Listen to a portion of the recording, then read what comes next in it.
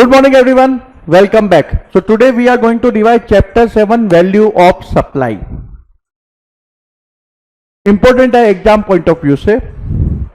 Value of supply, इस provision की जरूरत क्या है? जो बिजनेस पर्सन होता है वो क्या कोशिश करता है कि वो कम से कम टैक्स पे करे. तो वो कोशिश करता है कि जो सप्लाई है वो लोअर जो टैक्स रेट है उसके अंदर क्लासीफाई हो.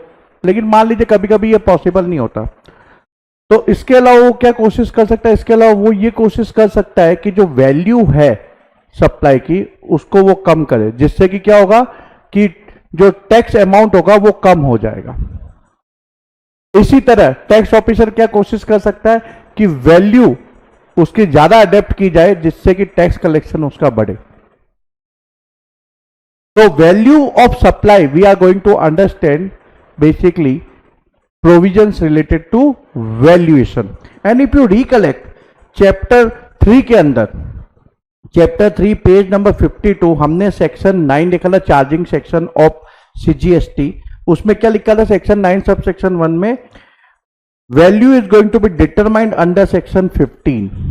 ठीक है, और IGST के अंदर भी यही लिखा हुआ है. Section 5 sub section 1 of IGST, value determined under section 15 of CGST Act. So this section 15 we are going to revise in chapter 7. So what we are going to revise in this chapter, section 15, value of taxable supply. ये CGST Act का section है और ये जितने भी rules है वो किसके हैं? CGST रूल्स के. Rule 27, value of supply of goods और services where the consideration is not wholly in money, यानी मनी के अलावा किसी और वे में कंसिडरेशन मिला है. तो rule 28, value of supply of goods और सर्विसेज और बोथ बिटवीन डिस्टिंक्ट और related person other than through an agent. Rule 29, value of supply of goods made और received through an agent. Rule 30, value of supply of goods और services of both based on cost. Rule 31, residual method for determination of value of supply of goods और services और both. Rule 31A, value of supply in case of lottery, betting, gambling and horse racing. Rule 32, determination of value in respect of certain supplies. Rule 33, value of supply of services in case of pure agent. Rule 34, rate of exchange of currency other than INR for determination of value. And Rule 35, value of supply inclusive of IGST, CGST, HGST and UTGST. तो ये सब हम लोग revise करने वाले हैं. Exam point of view से important chapter है. चलिए रिवीजन स्टार्ट करते हैं. Section 15, value of taxable supply. So what is going to be the value of supply according to section 15 subsection 1, transaction value. So whether it is supply of goods or service of both, what we are going to use? Transaction value. ये provision काफी अच्छा provision है. क्यों बोल रहा हूं मैं? क्योंकि अगर मान लीजिए सप्लायर एंड रेसिपिएंट जो भी ट्रांजेक्शन करते हैं, हो सकता है कि जो सप्लायर है वो नॉमिनल अमाउंट पे सप्लाई करता है, प्रॉपर कंसिडरेशन नहीं लेता, सफिशिएंट कंसिडरेशन नहीं लेता, फिर भी transaction value we are going to accept. When we are not going to accept transaction value, when supplier and the recipient they are related party and price is not sole consideration. अगर price is sole consideration and supplier and recipient are not the related party, then transaction value is acceptable even though it may not be sufficient. या supplier ने nominal amount charge किया हो, जैसे example के तौर पे 100 rupees का item उसने 1 रुपीज में सप्लाई कर दिया, लेकिन supplier and the recipient are not related party and price is sole consideration, then we are going to accept transaction value. कोई फर्क नहीं पड़ता वो सफिशिएंट कंसिडरेशन हो चाहे नहीं हो.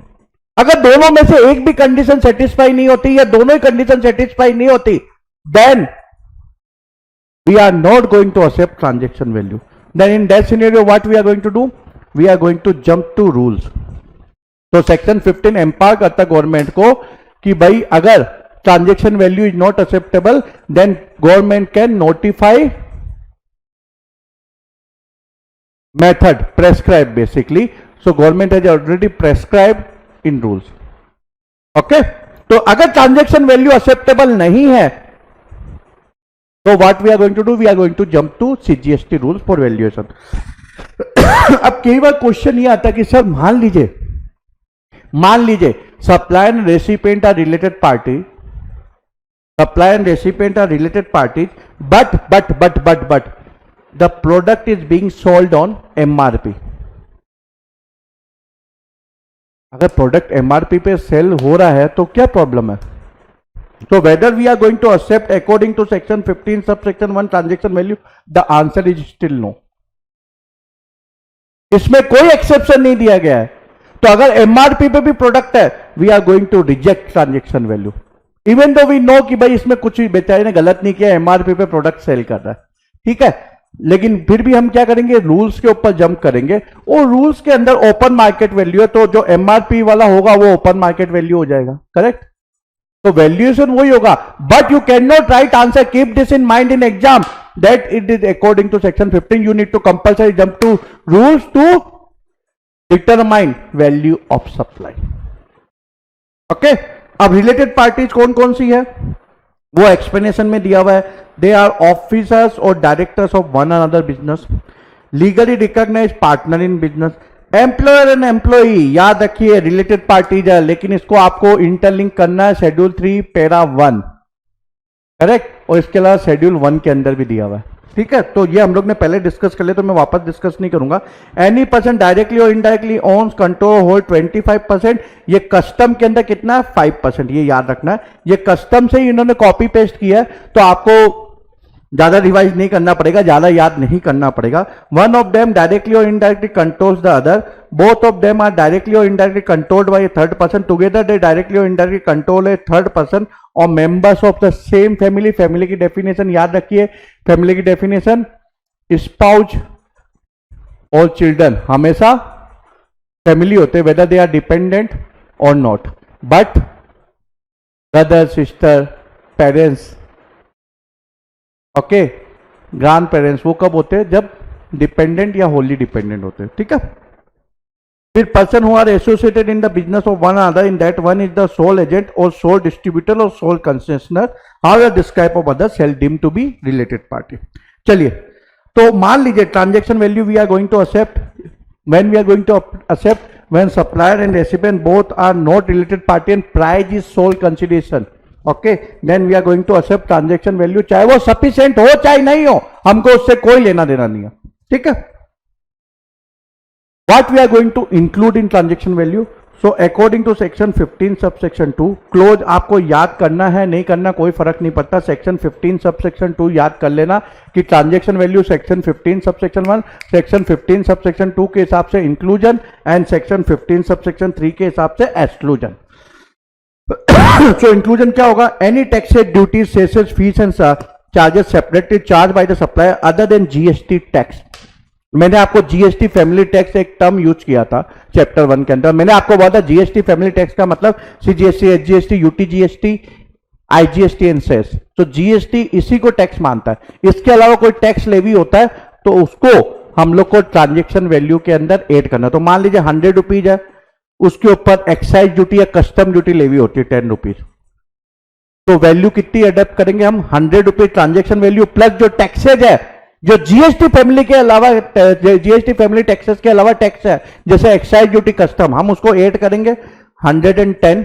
इसके ऊपर जो भी सीजीएसटी, एचजीएसटी या आईजीएसटी, अगर इंटर स्टेट है तो आईजीएसटी, उस वो टैक्स लेवी करेंगे. तो मान ली 12% है टैक्स रेट आईजीएसटी, तो हम 12% 100 के ऊपर कैलकुलेट नहीं करेंगे, 110 के ऊपर करेंगे. अब इसमें एक सर्कुलर है कि अगर टीसीएस है, टीसीएस कौन से वाला, इनकम टैक्स वाला, तो इनकम टैक्स के अंदर जो टीसीएस है, जो रेसिपिएंट से एक्स्ट्रा कलेक्ट किया गया, रेसिपिएंट से एक्स्ट्रा कलेक्ट किया जाता है ना, तो वो वैल्यू में शामिल नहीं करेंगे, क्योंकि वो फाइनल लेवी नहीं है, वो बेसिकली एडवांस टैक्स है, वो बेसिकली एडवांस टैक्स है. अब क्वेश्चन आता सर टीडीएस का क्या होगा, तो मान लीजिए आपने प्रोफेशनल सर्विसेज दी, प्रोफेशनल सर्विसेज दी, ये फाइनल के स्टूडेंट हो, जीएसटी का रिटर्न फाइल कर रहे हो, 10,000 रुपये आपने चार्ज किया. तो अब जो सामने वाला रेसिपिएंट है वो क्या करता है, आपका टीडीएस कट करता है 1,000 रुपीज, 10%, वो 194J अप्लाई करता है इनकम टैक्स का, और 1,000 डिडक्ट करता है। तो वैल्यू क्या होगी? 10,000 ही होगी ना बॉस, ठीक है। तो वैल्यू ऑफ सप्लाई इस मामले में क्या होगी? 10,000 ही होगी। तो टीडीएस का कोई मतलब नहीं, हम ग्रोस ही लेंगे। टीसीएस के अंदर क्योंकि एक्स्ट्रा कलेक्शन होता है रेसिपिएंट का, वो हमको शामिल नहीं करना, क्योंकि सप्लाई क्या करेगा? कलेक्ट करेगा और जमा कर देगा। ओके। फिर any amount the supply is liable to pay in relation to such supply but which has been actually incurred by the recipient and which is not included in the price. तो supply is liable to pay but paid by whom? Recipient. तो वो हमको शामिल करना। जैसे मान लीजिए आप बाजार जाते हो, आप टीवी खरीदते हो, या टीवी की बजाय आप तो बोलोगे सर टीवी तो हल्का होता है, मैं लेके जा सकता हूं। चलो कोई बात नहीं, एग्जांपल चेंज करते हैं। रेफ्रिजरेटर खरीदते हो आप रेफ्रिजरेटर ले रहे हो। तो आप रेफ्रिजरेटर लेते हो, मान लीजिए रेफ्रिजरेटर की वैल्यू 50,000 है, ठीक है। 50,000 रेफ्रिजरेटर की वैल्यू। अब रेफ्रिजरेटर को थोड़ा कैरी करना मुश्किल होता है, तो आप दुकानदार को बोलते हो कि भैया मेरे घर पहुंचा देना। तो दुकानदार बोलता है 2,000 रुपये एक्स्ट्रा लगेंगे, 2,000 रुपये ट्रांसपोर्टेशन के लेबर के एक्स्ट्रा लगेंगे। तो आप उसको बोलते हो, पूरा काम देते हो कि भैया ये मैंने फ्रिज खरीदा, मेरे घर तक पहुंचा देना, ठीक है। तो बोलता ठीक है पहुंचा तो दूंगा, लेकिन I am going to, instead of charging you 50,000 I am going to charge you 52,000। Okay, fair enough. Now what is the value of supply? Now transaction value here is 50,000, no doubt about this sir. बरोबर एकदम। चलो 50,000 है, ये zero ही है।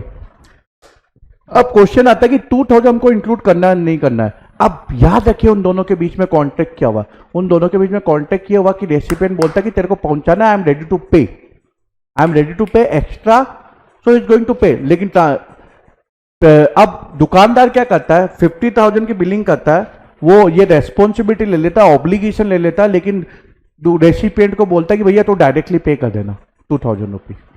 तो ये शामिल होगा नहीं होगा? ये शामिल होगा। 52,000 के ऊपर टैक्स लगना चाहिए, जो भी है 18%, 12%, जो भी है टैक्स है। लेकिन इसको चलिए ट्विस्ट करते हैं। क्या ट्विस्ट करते हैं सर?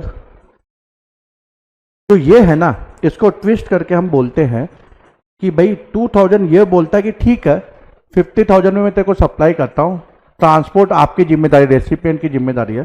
तो रेसिपिएंट के लिए वो अरेंज कर देता है, लेकिन वो उसकी कोई जिम्मेदारी नहीं लेता, बोलता कि भैया तू जाने, तेरा काम जाने, तू नेगोशिएट कर, तू कर जो भी कर।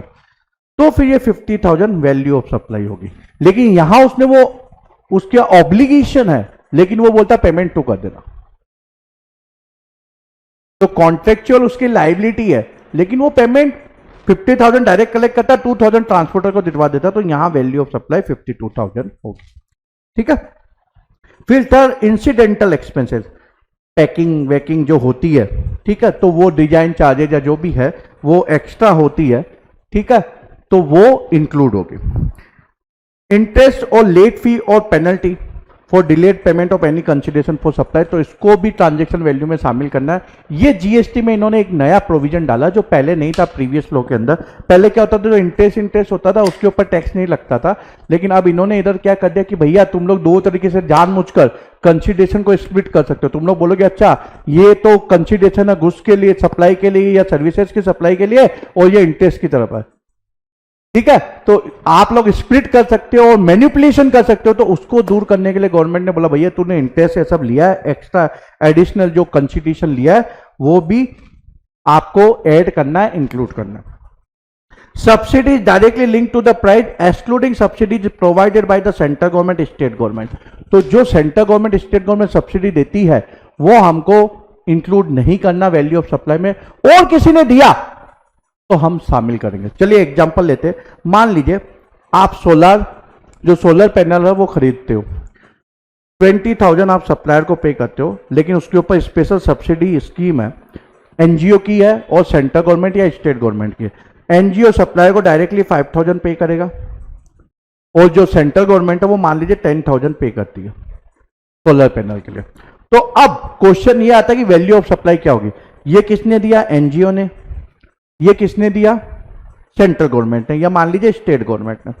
तो वैल्यू ऑफ सप्लाई के लिए हम इसको शामिल नहीं करेंगे। 20 + 5,000 एनजीओ, 25,000 के ऊपर टैक्स पे होगा। लेकिन इसमें ध्यान रखना है कि सप्लायर को मिल रहा है डायरेक्टली।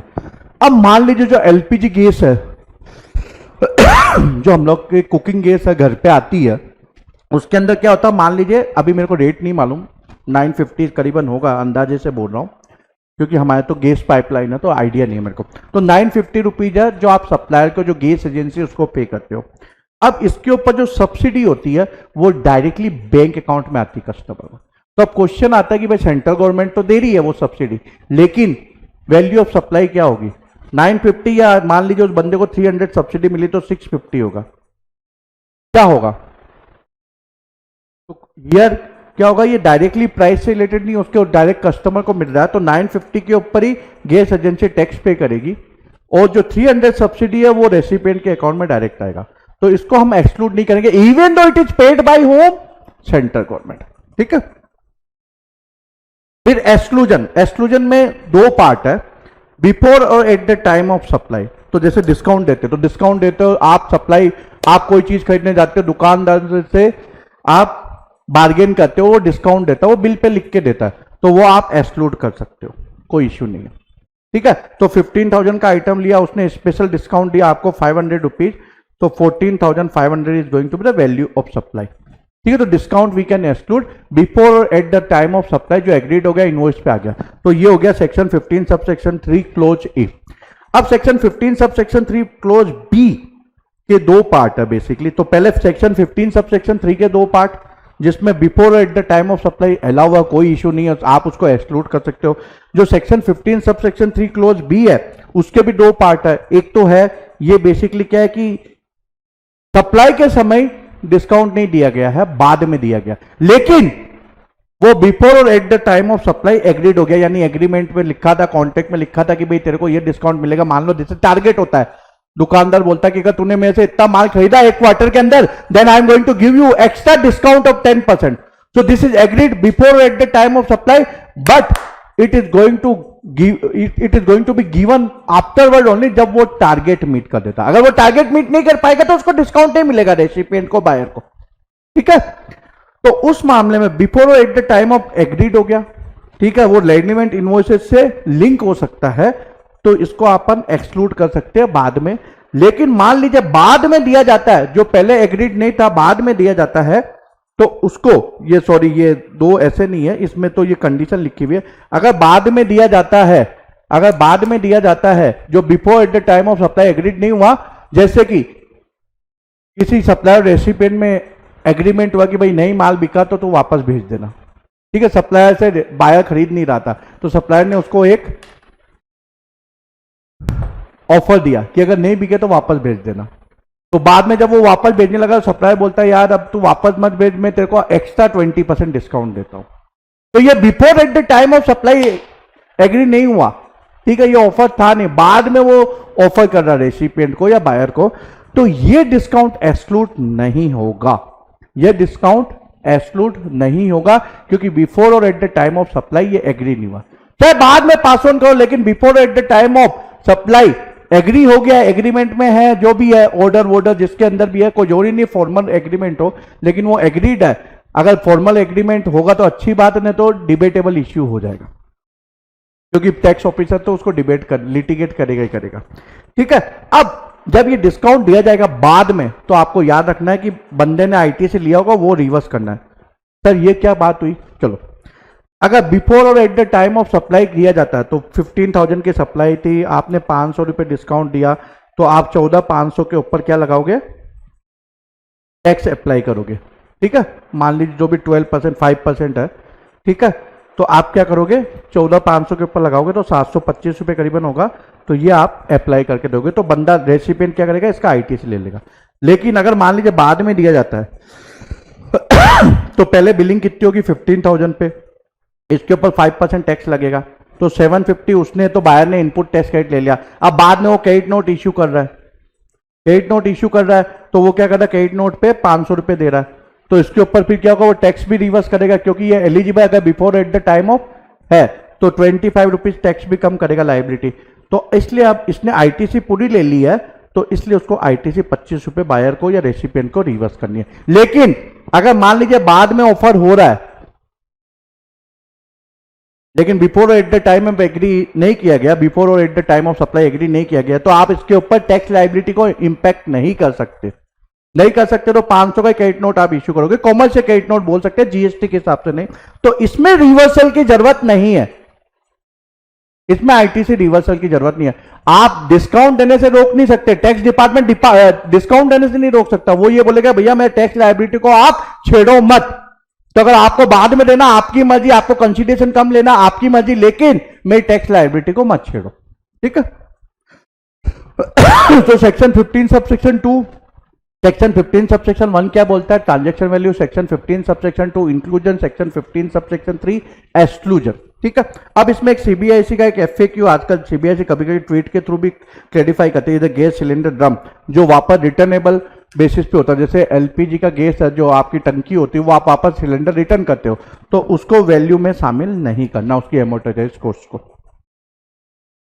और जो एफओआर बेसिस कॉन्ट्रैक्ट होता है जैसे फ्रेट ये सब चार्ज ये सब किया जाता है, तो आपको याद रखना है कंपोज सप्लाई जो मेन प्रिंसिपल सप्लाई की जो टैक्स रेट होगी, मान लीजिए फ्रेट के ऊपर 18% टैक्स रेट है, 12% मान लीजिए, और इसके ऊपर 5% है, तो क्या चार्ज होगा? 5% ही होगा कंपोज सप्लाई। और वैल्यू ऑफ सप्लाई का transaction value is not acceptable, then what we are going to do? We are going to jump to valuation rule.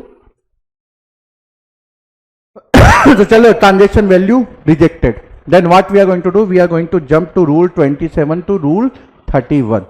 तो सबसे पहले rule 27, value of supply of goods or services where the consideration is not wholly in money, जैसे exchange, ठीक है, वहां पूरा consideration नहीं दिया जाता। जैसे मान लीजिए आपने पुराना मोबाइल दिया और नया मोबाइल खरीदा, सबसे बढ़िया एग्जांपल है आज की तारीख में, सबसे ज्यादा यही यूज होता है, ठीक है। पुराना मोबाइल दो, नया mobile low, so not wholly in money. So how we are going to determine value of supply? So what we need to do? We need to see provision like this. सबसे पहले हम rule 27 close ए देखेंगे, open market value. तो open market value क्या है? मान लीजिए आपने 50,000 का नया मोबाइल खरीदा, अगर आप अपना पुराना मोबाइल नहीं दो तो आपको 50,000 रुपये दुकानदार को पे करना है। तो ओपन मार्केट वैल्यू क्या हो गया? 50,000। Okay, so 50,000 is going to be the value of supply. ठीक है। अब 50,000 आपने क्योंकि 10,000 का मोबाइल दिया इसलिए एक्चुअल में आपने पेमेंट कितना किया? 40,000 ही। लेकिन अगर ये एक्सचेंज नहीं देते, मतलब एक्सचेंज ऑफर नहीं रहता, आप पुराना मोबाइल नहीं देते, तो वैल्यू ऑफ सप्लाई क्या होती? 50,000। जो होती ओपन मार्केट वैल्यू वो क्या होता? 50,000।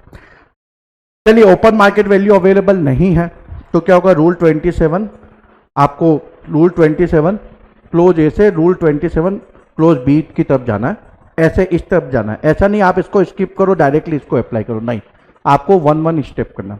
If open market value is not available then sum of total consideration in money and money equivalent to consideration not in money. तो आपने पे कितना किया इसी एग्जाम्पल के अंदर? 40,000, और जो इक्विवेलेंट कितना अमाउंट है? 10,000 जो आपने एक्सचेंज किया, तो वैल्यू ऑफ सप्लाई क्या होगी? 50,000। Okay, then if suppose you are unable to find out according to clause A and B, then jump to clause C. If the value of supply is not determined under clause A and B above, then the value of supply of goods or services of both of like kind and quality, like kind and quality याद रखना, जो almost similar type है वो same circumstances में है। Same circumstances का क्या मतलब होता है? देखो बॉस, सेम सर्कमटेंसेज, आप कोई मान लीजिए बड़े शोरूम से कुछ जाके खरीदते हो, शोरूम से जाके खरीदते हो, बड़े शोरूम से दिल्ली के अंदर, तो वहां उसकी रेट हाई होगी, और आप एक छोटे से शहर में या गांव के अंदर जाके एक छोटी सी दुकान से खरीदते हो तो वो आपको डिस्काउंट ज़्यादा देगा। तो ये सिमिलर सर्कमटेंसेज नहीं है, तो हम लोग वो वैल्यू अडेप्ट नहीं करेंगे। इसके अलावा आपको गुडविल के ऊपर भी ध्यान देना है। जैसे हम लोग बोलते रहे लाइक काइंड एंड क्वालिटी, लेकिन goodwill sometime play important role. So that's why it say in respect to the characteristic, quality, quantity, functional component, material and the reputation of the goods or service of both, okay, वो substantially almost same होना चाहिए। जैसे इसके अंदर सबसे अच्छा example है hotel का। आप 3 स्टार होटल में जाते हो, ठीक है, एक नाइट के लिए रूम लेते हो, वो रूम 5 स्टार होटल के रूम से बड़ा है, लेकिन क्या होटल 3 स्टार, जो भी 3 स्टार होटल में आपने रूम लिया है, उसके प्राइस सेम होगा, चाहे वो बड़ा हो, अच्छा हो 5 स्टार होटल रूम से? क्या वो उसकी प्राइस ज्यादा होगी कि कम होगी? कम होगी, ठीक है, क्योंकि goodwill play important role. 5 star hotel के अंदर छोटा रूम भी मिलेगा, कम फैसिलिटी का मिलेगा, तो भी उसके चार्जेस ज्यादा होंगे, ठीक है। अब सी के हिसाब से भी आप नहीं कर पाए तो क्या करोगे? Jump to clause D which से बेसिकली अप्लाई रूल 30 और 31 इन दैट ऑर्डर। मींस पहले आपको रूल 30 अप्लाई करना है, रूल 30 से आपको वैल्यू ऑफ सप्लाई आप डिटरमाइन नहीं कर पा रहे हो, देन जंप टू रूल 31। इसके अंदर क्या करोगे? क्योंकि मनी के अंदर कुछ कंसिडरेशन है, तो जो भी मनी के अलावा कंसिडरेशन उसको आप ये अप्लाई करके फाइंड आउट करोगे, ठीक है। तो ये रूल 27 आप अप्लाई कब करोगे? When consideration is not wholly in money. फिर rule 28 value of supply of goods और सर्विसेज बोथ बिटवीन डिस्टिंक्ट और रिलेटेड पर्सन के बीच में है, then other than through an agent. याद रखना, other than through an agent. अगर एजेंट के थ्रू सप्लाई है तो रूल 28 अप्लाई नहीं करेंगे, रूल 29 के प्रोविजन हम अप्लाई करेंगे। Rule 28 close A open market value of such supply.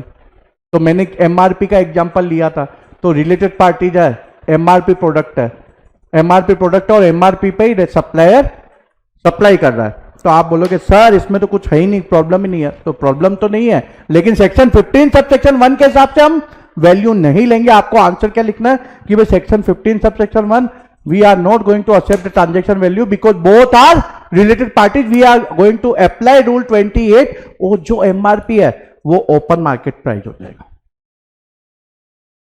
ये प्रोविजन का फर्क है, टैक्स अमाउंट वही आना है, लेकिन अगर आपने सेक्शन 15 सब सेक्शन 1 अप्लाई करके बोल दिया ट्रांजेक्शन वैल्यू एक्सेप्टेबल, तो आंसर आपका गलत हो जाएगा, ठीक है। ओपन मार्केट वैल्यू अवेलेबल नहीं है, वापस ऐसे ही जाना आपको। Then the value of supply of goods और services both of like kind and quality. चलो इससे भी नहीं कर सकते, देन रूल 30 और 31 इन दैट ऑर्डर। अब आपको एक बात ध्यान रखना है कि रूल 27 के अंदर 4 क्लोज है, फिर इसके बाद इसमें 3 ही है, तो एक कम हो गया, ठीक है, एक कम हो गया। कौन सा कम हुआ? जो इक्विवेलेंट था ना कि मनी इक्विवेलेंट हमको निकालना है, वो वाला इधर कम हो गया, तो आपको याद इजी तरीके से रहेगा। अब इसके अंदर कुछ एक्स्ट्रा प्रोविजन भी है, वो ये है कि भैया रिलेटेड पार्टी के बीच में है, तो वो बोलते हैं कि भैया अगर रिलेटेड पार्टी के बीच में है तो सप्लायर क्या कर सकता है? सप्लायर अडेप्ट कर सकता है 90% of price charge for like kind and quality bye the recipient two is customer, जो दोनों रिलेटेड पार्टी नहीं है। तो सप्लायर रेसिपिएंट को देता है, ये दोनों रिलेटेड पार्टी है। अब रेसिपिएंट किसी और को सप्लाई कर रहा है, ठीक है, मान लीजिए मिस्टर ए को करता है, तो मिस्टर ए को वो 100 रुपीज में करता है, तो इसका ये दोनों रिलेटेड पार्टी नहीं है आपस में, ठीक है, ये यहां सप्लायर है, तो जो 100 रुपीज है उसका 90% ये अडेप्ट कर सकता है, यानी 90 रुपीज, ठीक है। और इसके अलावा एक और प्रोविजन है कि अगर आईटीसी के लिए एलिजिबल है रेसिपिएंट, आईटीसी के लिए एलिजिबल है, तो जो भी सप्लायर इनवॉइस के अंदर वैल्यू लिखता है वो एक्सेप्टेबल है। क्यों? तो गवर्नमेंट को कुछ घाटा नहीं होगा। मान लीजिए 100 रुपीज की सप्लाई का ये चार्ज करता है क्या? 10 रुपीज, और जीएसटी रेट उसके ऊपर 12% है, तो यहां कितना होता? 12 रुपीज होता, तो 112 चार्ज करता है, इस पे 1.2 ही करेगा। लेकिन क्योंकि रेसिपिएंट 100% एलिजिबल है, तो क्या होगा? गवर्नमेंट को रेवेन्यू होगी कि नहीं, क्योंकि ये 12 रुपीज चार्ज करेगा तो वो 12 रुपीज ले लेगा इनपुट टैक्स क्रेडिट, या 1.2 चार्ज करेगा तो 1.2 ले लेगा, तो गवर्नमेंट को ऐसे भी रेवेन्यू एक्रू नहीं होनी। तो इसलिए गवर्नमेंट ने बोला कि अगर रेसिपिएंट 100% एलिजिबल है तो जो भी इनवॉइस में कम ज्यादा वैल्यू डिक्लेयर करता सप्लायर, वो एक्सेप्टेबल हो जाएगी। अब ये याद रखना कि आपको ऐसे नहीं देखना कि पहले ये देखूंगा ये देखूंगा ये देखूंगा, ये डायरेक्टली भी सप्लायर अडेप्ट कर सकता है इसको इग्नोर करके, ओके। फिर 29 ये सप्लाई ऑफ गुड्स के लिए है, याद रखना सप्लाई ऑफ गुड्स जो एजेंट के थ्रू है, ओके। अब मान लीजिए रिलेटेड पार्टीज है और एजेंट भी है, तो हम लोग रूल 28 अप्लाई करेंगे, 29 अप्लाई करेंगे। इसके अंदर क्या है? ओपन मार्केट वैल्यू, और यहां भी 90% वाला फंडा है, 90%। अब ऐसा नहीं कि पहले ये देखोगे फिर ये देखोगे, नहीं नहीं, उसकी चॉइस है, वो डायरेक्टली इसको देख सकता है। इससे डिटरमाइन नहीं होता तो रूल 30 और 31। ठीक है, ये मैंने बुक के अंदर भी लिखा है, तो अगर आपको याद नहीं रहता तो एक बार बुक पे पढ़ लेना। अब रूल 30 क्या है? 30 बेसिकली है valuation on the basis of cost, cost of production और manufacture, cost of acquisition of such goods, cost of provision of such services, उसका 110% लेना है। तो अगर कॉस्ट 100 है तो वो 110 रुपीज वैल्यू हो जाएगी। और रूल 31 क्या है? ये बेसिकली है रीजनेबल मीन्स कंसिस्टेंट, यानी ये कोई फार्मूला नहीं देता, ये बोलता रीजनेबल मीन्स कंसिस्टेंट। अब इसमें इन्होंने एक सर्विस के लिए, सर्विस प्रोवाइडर के लिए क्या किया, हमने क्या बोला, इन डेट ऑर्डर। तो पहले रूल 30 अप्लाई करना, फिर रूल 30 के बेसिस पे अगर आप कैलकुलेशन नहीं कर पा रहे हो, वैल्यू ऑफ सप्लाई का डिटरमाइन नहीं कर पा रहे हो, then only you are going to jump to rule 31, correct. लेकिन service provider can skip this and directly jump to rule 31।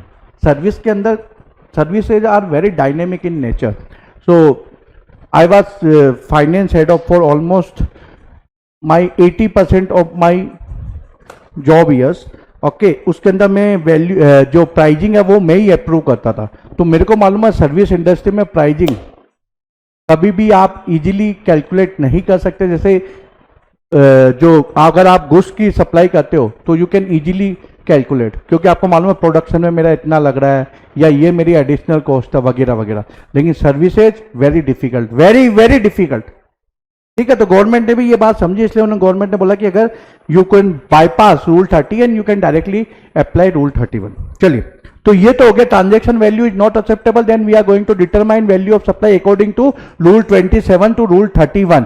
अब स्पेसिफिक सप्लाईज की बात करते हैं, तो उसमें सबसे पहले रूल 31A एक्शनेबल क्लेम, जो गुड्स की डेफिनेशन में शामिल है। और शेड्यूल 3 क्या बोलता है? शेड्यूल 3 बोलता है lottery, betting and gambling, other than that all actionable claim neither supply of goods nor supply of services. तो उनके ऊपर तो टैक्स पे होगा नहीं, लेकिन लॉटरी, बेटिंग, गैम्बलिंग के ऊपर तो होने वाला है, because that is excluded in schedule 3। आपको इंटरलिंक आना चाहिए, आना चाहिए ना। तो उसके अंदर क्या होगा? Value of supply according to rule 31A clause to 100 divided by 128 of the face value of ticket or the price as notified in the official gazette। तो फेस वैल्यू की टिकट की मान लो 1000 प्राइस है, ऑफिशियल गजट में 1100 है, तो basically 100 and 100 divided by 128, क्योंकि inclusive of tax है, तो हम लोग क्या करेंगे 1100 इंटू 100, जो भी ज्यादा है विच एवर इज हायर 128, क्योंकि 28% इनके ऊपर टैक्स है। ठीक है, अब जो टोटली सेटर है सब है ना, उसके ऊपर क्या करोगे? बेटिंग कर रहे हो आप, हॉर्स रेसिंग कर रहे हो, 100 रुपीज लगाओगे तो आपको 900 मिलेगा अगर आपका घोड़ा जीत जाता है। तो इसमें वैल्यू ऑफ सप्लाई क्या होगा? 100% of the face value of the bet और the amount paid into totalisator. तो हमने जो 100 रुपीज पे किया, जो बेटिंग अमाउंट है, ठीक है, अगर हम जीत गए तो हमको 900 मिलेगा। So this 100 rupees is the value of supply. Okay, फिर rule 32 this basically take care of 5 specific supply. अब पहला क्वेश्चन आता है कि सर ये कंपलसरी है क्या? नहीं, ये कंपलसरी नहीं है, this is optional for supplier. So option is given to the supplier, they can adopt this rule 32 और दे कैन कंप्लीटली इग्नोर। और जो हमारा नॉर्मल वैल्यूएशन का प्रोविजन है, यानी कि सेक्शन 15 सबसेक्शन 1 ट्रांजेक्शन वैल्यू, और if suppose that is not acceptable then from rule 27 to rule 31। तो ये उनको ऑप्शन देता है। Okay, it is not compulsory, but of course it is going to override अगर वो ये अडेप्ट करता है तो सबसे पहले rule 32 sub rule 2 which is related to purchase और सेल ऑफ फॉरेन करेंसी। अब इसके अंदर क्या है? 2 मेथड है। एक में मान लीजिए इंडियन करेंसी है, वन ऑफ द करेंसी, जैसे यूएस डॉलर के बदले में आप इंडियन करेंसी लेते हो, या इंडियन करेंसी के बदले में यूएस डॉलर या पाउंड या यूरो लेते हो, तो मतलब इंडियन करेंसी है, तो फिर क्या होगा? वैल्यू डिफरेंस बिटवीन बाइंग और selling rate and RBI reference rate. याद रखना डिफरेंस है, तो हो सकता माइनस हो, तो minus you are going to ignore. जैसे मान लीजिए 63 और आरबीआई रेफरेंस है 64 हो, तो आप बोलोगे सर -1 आ गया है, -1। नहीं नहीं नहीं, ये माइनस इग्नोर करोगे, क्योंकि इसमें क्या लिखा है? डिफरेंस। तो 65 माइनस 64 हो तो 1 पॉजिटिव आएगा, 63 माइनस 64 हो तो -1 आएगा, तो you are going to ignore -1 into total unit of currency, that is going to be the value of supply. अगर RBI reference rate not available then 1% of the gross amount of INR provided receive by the person changing the money. तो 1% जो भी Indian currency होगी जो मिली है उसका 1% अगर RBI reference rate नहीं है। अब मान लीजिए INR नहीं है, मतलब दोनों ही करेंसी, जैसे आपने पाउंड के बदले में US डॉलर ले लिया या US डॉलर के बदले में यूरो लिया, तो आप क्या करोगे? The value of supply is going to be 1% of the lesser of the two amount the person changing the money would have receive by converting RBI reference rate any of the two currencies in INR। तो दोनों को आप क्या करोगे? Indian currency में convert करोगे और उसका 1% लोगे, ठीक है? जो भी कम होगा वो वैल्यू ऑफ सप्लाई होगा। ये एग्जांपल आप देख। दूसरा मेथड क्या है? इनकम टैक्स की चला है स्लैब रेट है। So up to 1 lakh 1% of gross amount of currency exchange minimum कितना है? 250 रुपीज। अगर 1 लाख से अप टू 10 लाख है तो अप टू 1 लाख 1% कितना होगा? 1000 प्लस जो डिफरेंस होगा, मतलब 1 लाख के ऊपर मान लीजिए 50,000 और 1,50,000 करेंसी एक्सचेंज किया, ठीक है? तो 50,000 के ऊपर 0.50%। अबाउट 10 लाख तो इसके ऊपर कितना हो गया? 1000। अब इस पर था 0.5, तो 9 लाख के ऊपर 1 लाख से 10 लाख का डिफरेंस कितना है? 9 लाख 4,500। तो 5,500 प्लस 0.1%, जिसका मैक्सिमम अमाउंट कितना हो सकता है वैल्यू ऑफ सप्लाई का? 60,000। ठीक है। इसके बाद फ्लाइट की टिकट बुक कर रहे हो आप, फ्लाइट की टिकट बुक कर रहे हो, एजेंट के थ्रू करते हो, तो वैल्यू ऑफ सप्लाई उसके लिए क्या होगी? तो डोमेस्टिक ट्रेवल है तो 5% of basic fair, international travel 10% of basic fair. अब आप जब टिकट बुक करते हो तो उसमें फ्यूल सरचार्ज ये सब काफी ऐड किया होता है, तो नॉर्मली जिसके ऊपर कमीशन पे किया जाता है वो हम लोग बेसिक फेयर मानते हैं। तो 5% ऑफ बेसिक फेयर और 10% ऑफ बेसिक फेयर, इसमें काफी अच्छा एग्जांपल मैंने दिया हुआ है। तो डोमेस्टिक बुकिंग बेसिक फेयर 1,09,000, ठीक है, ये अदर है, ये टैक्सेज है, ये है। इंटरनेशनल बुकिंग ये बेसिक फेयर है, ये बाकी। तो हम लोग क्या करेंगे? इसका 5%, इसका 10%। चलो, तो ये हमारी वैल्यू ऑफ सप्लाई हो गई। अब दूसरा एग्जांपल है basic air fare collected for domestic booking, ये है। इंटरनेशनल बुकिंग के लिए ये है, और कमीशन उसको मिला एयरलाइन से 10 लाख। अब अगर हम वैल्यूएशन रूल अडेप्ट करें, मतलब एजेंट बोलता है कि नहीं भैया मेरे को तो ये जो रूल 32 है उसके हिसाब से नहीं जाना, ट्रांजेक्शन वैल्यू के हिसाब से, तो what is going to be the value of supply? Then it is going to be the value of supply is going to be 10 lakh rupees, correct, transaction value. अगर ये रूल अडेप्ट करता है तो इसके ऊपर कितना होगा? 5%, इसके ऊपर कितना होगा? 10%। तो कितना होगा? 3,50,000 प्लस 5 लाख 8,50,000, ठीक है। तो उसके लिए बेनिफिशियल क्या है? ये रूल को फॉलो करना। इस रूल के हिसाब से जाएगा तो उसको टैक्स कम पे करना पड़ेगा। Rule 32 sub rule 4 life insurance business के बारे में। लाइफ इंश्योरेंस बिजनेस के बारे में एक बात ही ध्यान रखना, जो भी इन्वेस्टमेंट अमाउंट होता है उसके ऊपर जीएसटी नहीं लगेगी। जैसे हम लोग टर्म इंश्योरेंस लेते हैं, टर्म इंश्योरेंस के अंदर आपको कुछ भी वापस नहीं मिलता, it is purely risk product. तो टर्म इंश्योरेंस के लिए जो भी आप प्रीमियम पे करोगे 100% सब्जेक्ट टू जीएसटी। अगर मान लीजिए उसके अंदर इन्वेस्टमेंट प्रोडक्ट साथ में है और वो पॉलिसी होल्डर को पहले से बताया जाता है कि भैया ये है तेरा इन्वेस्टमेंट का अमाउंट, ठीक है, तो वो इन्वेस्टमेंट का अमाउंट हम माइनस करके जो भी बाकी होगा प्रीमियम, वो क्या होगा? Value of supply. अगर मान लीजिए single premium annuity policy, then value shall be 10% of single premium charge from the policy holder. In all other cases, 25% of premium charged from the policy holder for first year and 12.5% from subsequent year. Okay, तो first year के अंदर 25% value of supply होगा और second और उसके बाद में 12.5, और जो भी रिस्क कवर का जो भी प्रीमियम चार्ज होगा वो पूरा का पूरा टैक्सेबल होगा, जैसे टर्म इंश्योरेंस, ठीक है, वो प्योरली रिस्क प्रोडक्ट है। फिर rule 32 sub rule 5 second hand goods. आजकल तो सेकेंड हैंड कार का जो मार्केट है वो काफ़ी बढ़ गया है, ठीक है। अब सेकेंड हैंड कार के मार्केट काफ़ी बढ़ गया, गवर्नमेंट को भी उसको प्रमोट करना चाहिए, तो इसलिए उन्होंने इसके लिए स्पेशल वैल्यूएशन प्रोविजन बनाया है कि सेकेंड हैंड मार्केट के मामले में क्या होगा? Value is going to be selling price minus purchase price. तो एक कार डीलर है, उसने 3 लाख रुपए में कार खरीदी और 3.5 लाख रुपए में बेच दी, तो वैल्यू ऑफ सप्लाई क्या होगा? 3,50,000 minus 3,50,000 is going to be the value of supply. And remember this is called margin scheme. अब मान लीजिए कई बार घाटा भी हो जाता है, उसने 3 लाख रुपए में खरीदी लेकिन वो एक गलती कर गया कि भाई कार में ये प्रॉब्लम था, एसी काम नहीं कर रहा था, उसका ध्यान से चेक नहीं किया बंदे ने, तो जो उसने कार बेची वो 2,75,000 में बेची, तो -25,000 मार्जिन हो गया, तो minus we are going to ignore, of course government is not going to give the refund.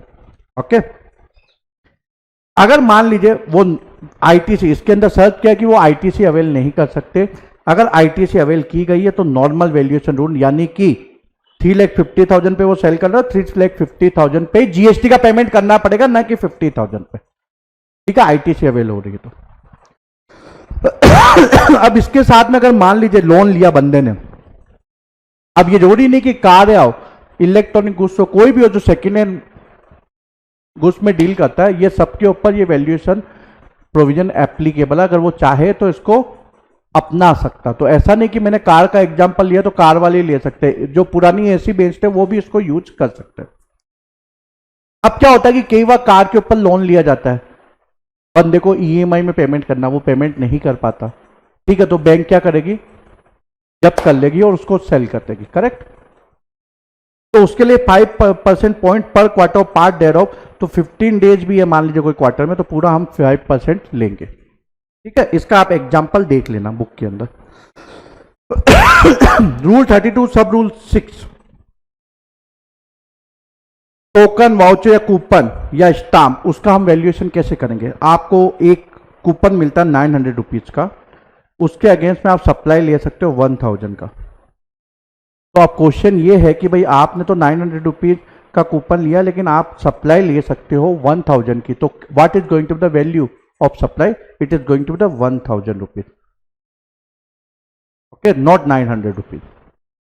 Rule 32 sub rule 7 which empower the government, कि भाई अगर डिस्टिंक्ट पर्सन के बीच में सप्लाई है तो आईटीसी अवेलेबल है तो valuation is going to be nil. अभी तक कुछ नोटिफाई नहीं किया, ये काफी सेंसिबल प्रोविजन है कि भैया आईटीसी अवेलेबल है। तो हमने अभी पहले क्या डिस्कस किया था, ये तो ना पहले डिस्कस रूल 28 के अंदर कि बॉस गवर्नमेंट को कुछ घाटा तो होना नहीं है, क्योंकि अगर 100% आईटीसी वो अवेल कर सकता है तो भले कितना भी चार्ज करो कम वैल्यू करो, ये ज्यादा सप्लायर चार्ज करे, रेसिपिएंट क्या करेगा, आईटीसी ले लेगा, तो गवर्नमेंट को कुछ फायदा नुकसान होना नहीं है। तो वैसा ही है इधर भी, तो अभी तक गवर्नमेंट ने कुछ नोटिफाई इसमें किया नहीं। फिर rule 33 pure agency, value of supply of services in case of pure agency. अब ये नॉर्मली मैं डिटेल में समझाता हूं लेक्चर में, लेकिन यहां मैं एक छोटा सा आपको कॉन्सेप्ट देता हूं।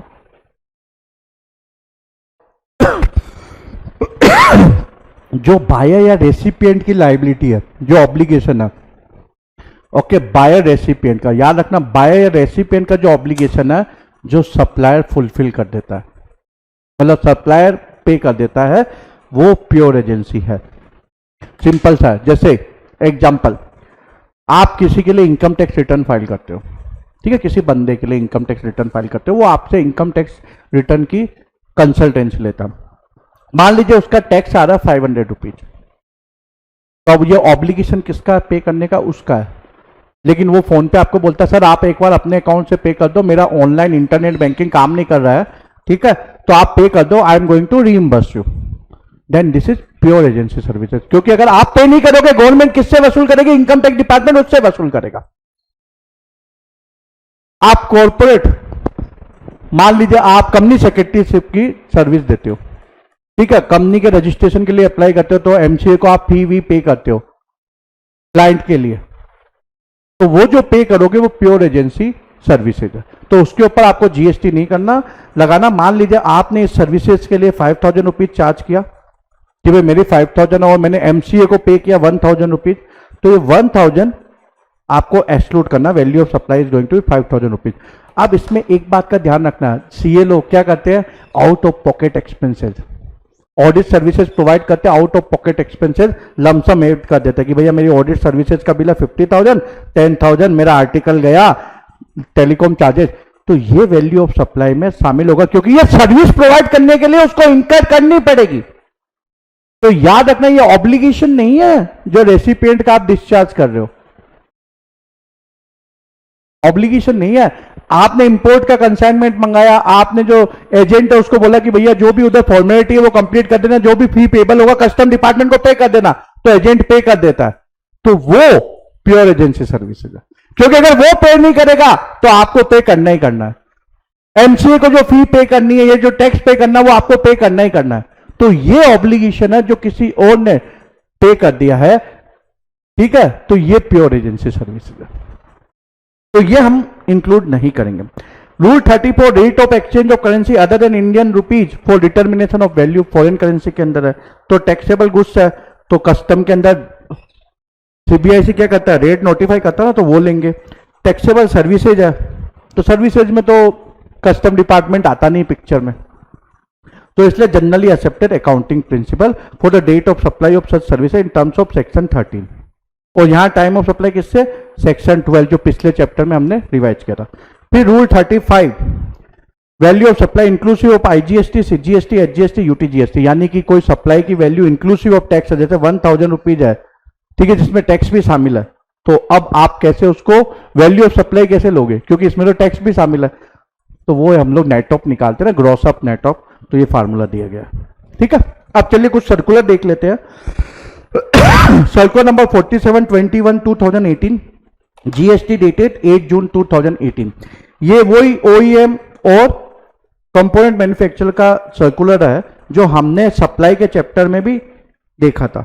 सप्लाई के चैप्टर में देखा था ना कि ये सप्लाई नहीं है, अगर mould and died OEM provide करता फ्री ऑफ कॉस्ट तो कंपोनेंट मैन्युफैक्चरर, याद करो इनोवा का एग्जांपल और ब्रेक का एग्जांपल, कि ब्रेक इनोवा टोयोटा ने आउटसोर्स कर दिया, मैंने एग्जांपल लिया था, ठीक है, तो उसने आउटसोर्स कर दिया टोयोटा ने, तो टोयोटा क्या है, ओईएम है, जो कंपोनेंट मैन्युफैक्चरर वो उनके लिए कंपोनेंट बना रहा है ब्रेकिंग सिस्टम, टोयोटा इनोवा के लिए। सो मोल्ड एंड डाइस प्रोवाइड की गई फ्री ऑफ कॉस्ट, एग्रीमेंट में लिखा हुआ था कि फ्री ऑफ कॉस्ट देनी है, एग्रीमेंट में टोयोटा ने एग्री किया कि मैं फ्री ऑफ कॉस्ट देखो मोल्ड एंड डाइस दूंगा, तो ये सप्लाई नहीं है। अब क्वेश्चन यहां क्या आता कि वैल्यू ऑफ सप्लाई में शामिल करना है क्या इसको, तो जो कंपोनेंट मैन्युफैक्चरर सप्लाई दे रहा है उसकी वैल्यू में शामिल करेंगे क्या, तो इसमें आया कि भैया नहीं करेंगे, नहीं करेंगे, क्योंकि बॉस ये एग्रीमेंट के हिसाब से उसने दिया गया और कंपाउंड मैन्युफैक्चरर ने इसके ऊपर खर्चा नहीं किया। लेकिन लेकिन लेकिन मान लीजिए ओईएम की ऑब्लिगेशन नहीं था उसको देना, लेकिन उसने दे दिया, तो अमोर्टाइज कॉस्ट लेंगे। अब अगले चैप्टर में ये वापस हम सर्कुलर देखेंगे from ITC point of view, input tax guide. फिर सर्कुलर नंबर 8605 2019 है। ये basically BFBC to a banking company जो सर्विसेज प्रोवाइड की जाती है। अब होता क्या, बीएफबीसी की सर्विसेज क्यों ली जाती है, क्योंकि बैंकिंग कंपनी क्या करते हैं कि भैया उनको एक बंदा चाहिए जो उनके बिहाफ पे पैसा वैसा कलेक्ट करके आए कस्टमर से, तो वो कस्टमर से वो क्या अपनी फी चार्ज नहीं करते, फी तो उनको बैंक से चार्ज करनी है, तो जो भी फी होगी उसके ऊपर क्या होगा, banking company is liable to pay GST. Okay, फिर circular number 9211 2019 GST dated 7 March 2019, very important circular, free samples and gift. अब फ्री सैंपल एंड गिफ्ट दिया जाता है, जैसे फार्मा इंडस्ट्री में तो सबसे ज्यादा डॉक्टर को फ्री सैंपल दिया जाता है।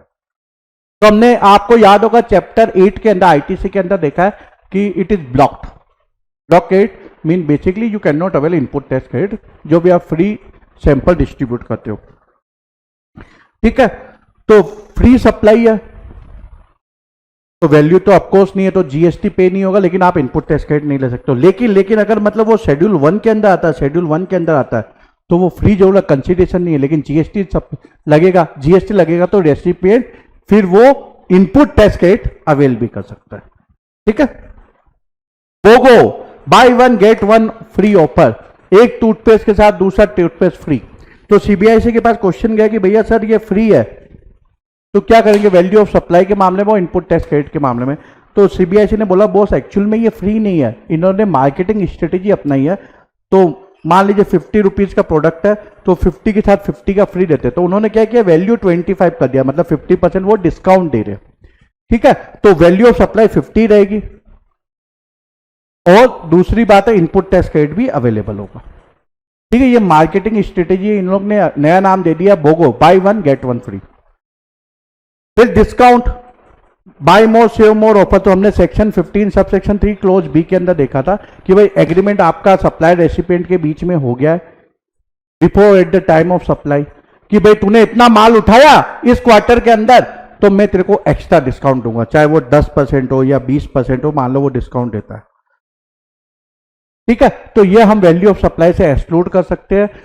और बंदे को इनपुट टैक्स क्रेडिट क्या करना पड़ेगा, रिवर्स करना पड़ेगा। तो ये वही है सेकेंडरी डिस्काउंट जो बाद में दिया जाता है, मतलब जो बिफोर और at the time of supply नहीं हुआ। जैसे मैंने एग्जांपल लिया, उसका माल नहीं बिक रहा था, वो वापस बेचना चाहता है, सप्लायर बोलता है तेरे को 20% एक्स्ट्रा डिस्काउंट दे देता हूं, तो ये एग्री नहीं हुआ था, तो डिस्काउंट देना उसका हक है, वो अपना कंसिडरेशन कम करना चाहता है, कोई नहीं रोकेगा, लेकिन वो जीएसटी लायबिलिटी को इंपैक्ट नहीं कर सकता, वैल्यू ऑफ सप्लाई वही रहेगी, इसलिए बंदा इनपुट टैक्स क्रेडिट भी ले सकता है, उस पर कोई इश्यू नहीं है।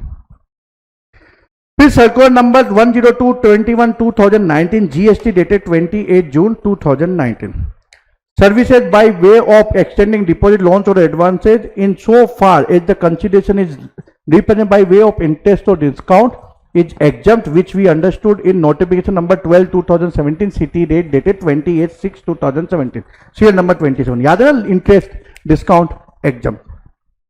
अब उसके बाद क्वेश्चन आया सीबीआईसी के पास कि भैया मैं मोबाइल खरीदने गया, एक बंदा गया मार्केट में, आप गए, तो आपने 40,000 का मोबाइल खरीदा, 40,000 का मोबाइल खरीदा, लेकिन आपके पास डाउन पेमेंट पूरा नहीं था, तो वेंडर बोलता ठीक है यार तू ऐसा कर, मेरे को 4 किस्तों में दे दे, लेकिन 40,000 नहीं, मैं 44,000 लूंगा, ठीक है, तो 44,000 I am going to charge. So what is going to the value of supply.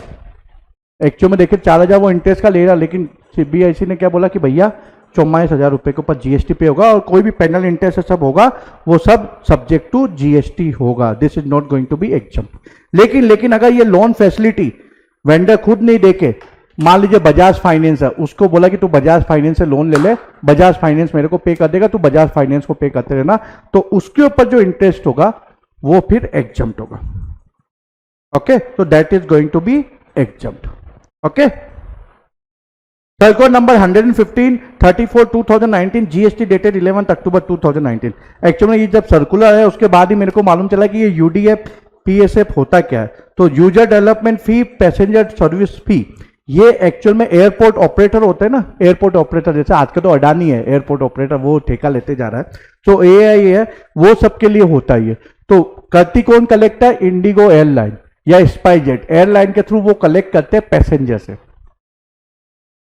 तो एयरलाइन उनके बिहाफ पे कलेक्ट करती है। तो एयरलाइन की ये इनकम नहीं है, ये लोग क्या करते हैं, यूडीएफ पीएसएफ, जो बेसिकली इनको एयरपोर्ट ऑपरेटर को रेवेन्यू है, वो एयरलाइन उनके बिहाफ पे कलेक्ट करके पैसेंजर को देती है, मतलब पैसेंजर से लेके उनको देती है। तो ये प्योर एजेंसी हो गया, क्योंकि ये बेसिकली क्या है कि एयरलाइन क्या कलेक्ट कर रही है, क्योंकि एयरलाइन ही डील करती है कस्टमर के साथ, पैसेंजर के साथ, ये लोग नहीं करते एयरपोर्ट ऑपरेटर, तो इसलिए उनके थ्रू वसूल किया जाता है, एयरलाइन के थ्रू, इंडिगो है सब, इंडिगो कलेक्ट करती है और इनको दे देते। तो ये गवर्नमेंट ने बोला प्योर एजेंसी है, तो जीएसटी इसके ऊपर वैल्यू के अंदर शामिल नहीं होगा। और जो भी एयरलाइन यूएस ये यूडीपी और यूडीएफ और पीएसएफ लगाती है, उसके इनवॉइस के बेसिस पे इनपुट टैक्स क्रेडिट, मान लो कॉर्पोरेट कोई कंपनी है, कॉर्पोरेट है, रजिस्टर्ड पर्सन है, तो इनपुट टैक्स क्रेडिट लेना चाहता तो एयरलाइन के बिल के ऊपर ले सकता है। इसके अलावा ये जो कलेक्शन है, इसके लिए एयरलाइन कंपनी उससे चार्ज करती है, मान लो INR 5 रुपीज चार्ज करती है एयरपोर्ट ऑपरेटर से, तो उसके ऊपर जीएसटी लगेगा, उसके ऊपर जीएसटी लगेगा, ओके, उसके ऊपर जीएसटी लगेगा, और वो of course input tax credit ले सकता है। तो this complete revision of chapter 7। Thank you very much, bye bye, all the best.